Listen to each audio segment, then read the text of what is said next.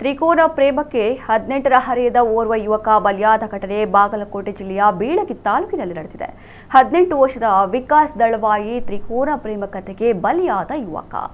ಯುವತಿಯ ಇನ್ನೊಬ್ಬ ಪ್ರೇಮಿ ಕೃಷ್ಣ ಮತ್ತು ಆಕೆಯ ಸಹೋದರ ರಾಜು ಸೇರಿ ಈ ಕೃತ್ಯ ಎಸಗಿದ್ದಾರೆ. ಮೇ 20ರಂದು ಬೀಳಗಿ ತಾಲೂಕಿನ ಗಿರಿಸಾಗರ ಗ್ರಾಮದಲ್ಲಿ ಓಂಕಾರೇಶ್ವರ ದೇವಿ ಜಾತ್ರೆಯ ಪ್ರಯುಕ್ತ ರಾತ್ರಿ ನಾಟಕ ಏರ್ಪಡಿಸಿದ್ದು, ವಿಕಾಸ್ ದಳವಾಯಿ ನಾಟಕ ನೋಡಿ ಬರುವುದಾಗಿ ಮನೆಯಿಂದ ತೆರಳಿದ್ದ. ಆದರೆ ತಡರಾತ್ರಿಯಾದರೂ ಆತ ಮನೆಗೆ ಮರಳಿರಲಿಲ್ಲ.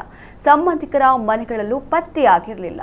ಈ ಹಿನ್ನೆಲೆಯಲ್ಲಿ ಕುಟುಂಬಸ್ಥರು ಬೀಳಗಿ ಪೊಲೀಸ್ ಠಾಣೆಯಲ್ಲಿ ಕಾಣೆಯಾಗಿರುವ ಬಗ್ಗೆ ದೂರನ್ನ ದಾಖಲಿಸಿದ್ದರು. ಪೊಲೀಸರು ತನಿಖೆ ನಡೆಸಿದಾಗ ಆರೋಪಿಗಳಾದ ಕೃಷ್ಣ ಮತ್ತು ರಾಜು ಸೇರಿ ವಿಕಾಸ್ನನ್ನ ಉಸಿರುಗಟ್ಟಿಸಿ ಕೊಲೆ ಮಾಡಿರುವುದು ಬೆಳಕಿಗೆ ಬಂದಿದೆ. ಸಾಕ್ಷ್ಯ ನಾಶಪಡಿಸುವಂತಹ ಉದ್ದೇಶದಿಂದ ಶವವನ್ನ ಗೋಣಿ ಚೀಲದಲ್ಲಿ ತುಂಬಿ ಅದು ನೀರಿನ ಮೇಲೆ ತೇಲಿ ಬರದಂತೆ ಚೀಲದೊಳಗೆ ಭಾರವಾದ ಕಲ್ಲುಗಳನ್ನು ಹಾಕಿ ಘಟಪ್ರಭಾ ನದಿಗೆ ಎಸೆದು ಪರಾರಿಯಾಗಿದ್ದರು. ಈಗ ನದಿಯಿಂದ ವಿಕಾಸ್ನ ಶವವನ್ನ ಹೊರತೆಗೆಯಲಾಗಿದೆ. ಕೊಲೆಯಾದ ವಿಕಾಸ್ ಮತ್ತು ಆರೋಪಿ ಕೃಷ್ಣ ಇಬ್ಬರು ಒಬ್ಬಳೇ ಯುವತಿಯನ್ನ ಪ್ರೀತಿಸ್ತಾ ಇದ್ರಂತೆ.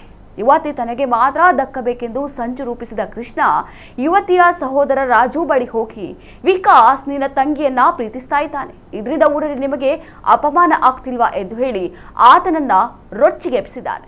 ಕೃಷ್ಣ ಮಾತಿಗೆ ಮರುಳಾದ ಸಹೋದರ ರಾಜು ವಿಕಾಸ್ನನ್ನ ಮುಗಿಸಲು ಕೈ ಜೋಡಿಸಿದ್ದಾರೆ.